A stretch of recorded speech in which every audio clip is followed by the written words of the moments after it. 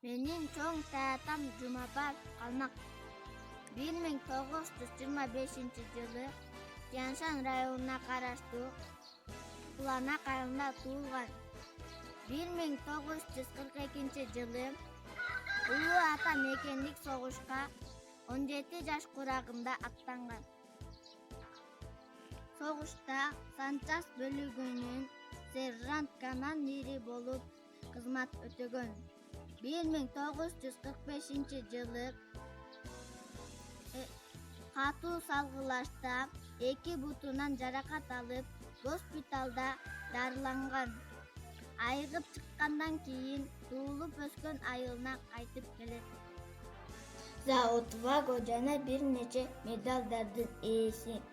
Келгенден кийин автодорожный техникумду аяктап, кийин Ташкент шаарындагы Айыл чарба институтунун токой чарбасы боюнча адистикти сырттан окуп бүткөн.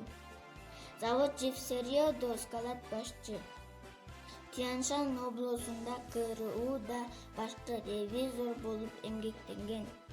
1955 жылдан 1961 жылга чейин Заготскодо приёмщик, андан кийин токой чарбасында токойчу болуп иштеген.